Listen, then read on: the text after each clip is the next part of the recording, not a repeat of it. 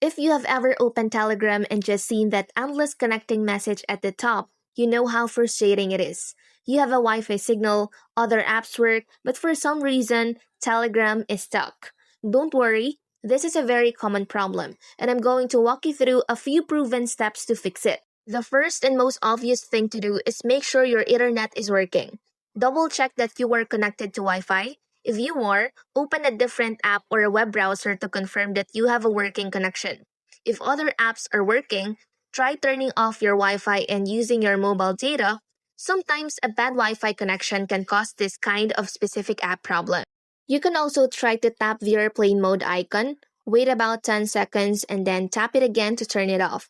This refreshes all your network connections and can often resolve the problem instantly. Sometimes, the problem isn't with your phone, it's with Telegram itself. Their servers might be down or experiencing an outage. You can quickly check this by going to a website like Down Detector or Is It Down Right Now and searching for Telegram. If a lot of people are reporting an outage, all you can do is wait for them to fix it. If none of the simple fixes work, the app's cache might be corrupted. Don't worry, clearing the cache won't delete your chats. It just gets rid of temporary files. Go to your phone settings, find the app section, and then find Telegram.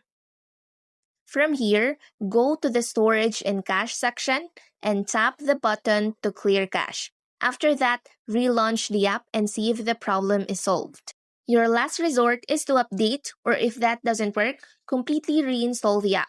Go to your phone's app store, search for Telegram, and see if there is an update button. Tap it if there is. If the app is already up to date, your final option is to uninstall the app completely and then reinstall it. This will force a clean, new installation and should fix the connecting issue for good. By following these steps, you should be able to get Telegram working again in no time. For most people, it's just a simple network issue. But if you're still having problems, one of these other solutions is almost guaranteed to work.